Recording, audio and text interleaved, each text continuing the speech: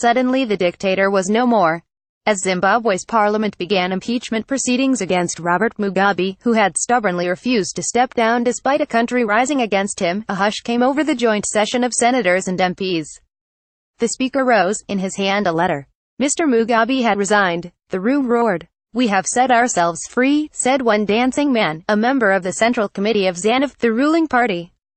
"Mugabe is down. It is our time now." It was a remarkable fall for a man who bragged he would keep on ruling until God says come, and whose wife, Grace, until recently a powerful figure in ZanuPF, had said that if should he die before an election scheduled for next year, the party would field him as a corpse. Upgrade your inbox, receive our daily dispatch and editors' picks newsletters.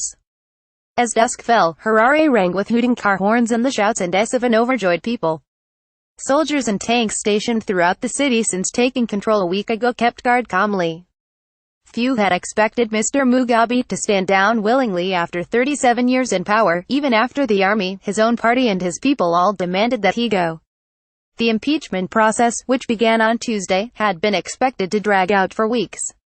Instead it was over within a few hours. Mr. Mugabe, in an uncharacteristically brief letter, said he was stepping down voluntarily, with immediate effect, yet the country now freed from the tyranny of Mr. Mugabe is badly damaged. Its economy is shrinking, many of its banks are probably bust, and it is suffering from a crippling shortage of hard currency. And it is not yet freed from a ruling party that, under Mugabe, has systematically rigged elections and beaten up members of the opposition while allowing its leading figures to gorge themselves on stolen wealth.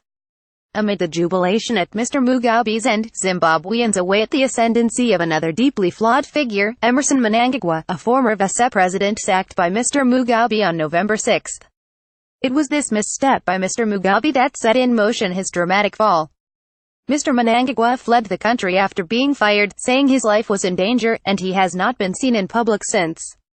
Yet his path to the highest office seems assured. On Sunday his party nominated him as its president and he is poised to take power, potentially in the next 48 hours. "This is wonderful. It means a new era," said Josiah Hungwe, a ZanuPF minister. "From now the hard work begins." Others were more equivocal. David Coulthard, a prominent figure in the opposition, said on Twitter, "We have removed a tyrant but not yet a tyranny."